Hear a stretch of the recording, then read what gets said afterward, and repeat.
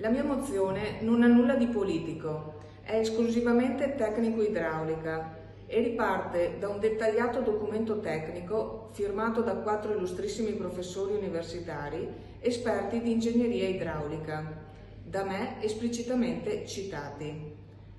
Detto questo, credo che un amministratore pubblico abbia certamente tra le sue responsabilità primarie la sicurezza delle persone, come ben scritto nella mia mozione, ma altrettanta responsabilità nella gestione delle risorse, che altro non sono che i soldi dei cittadini.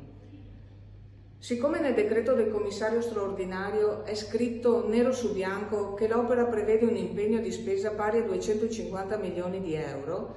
credo sia quantomeno ragionevole, visti i dubbi tecnici sull'efficacia dell'opera stessa, e sottolineo tecnici e non certo sollevati dalla politica,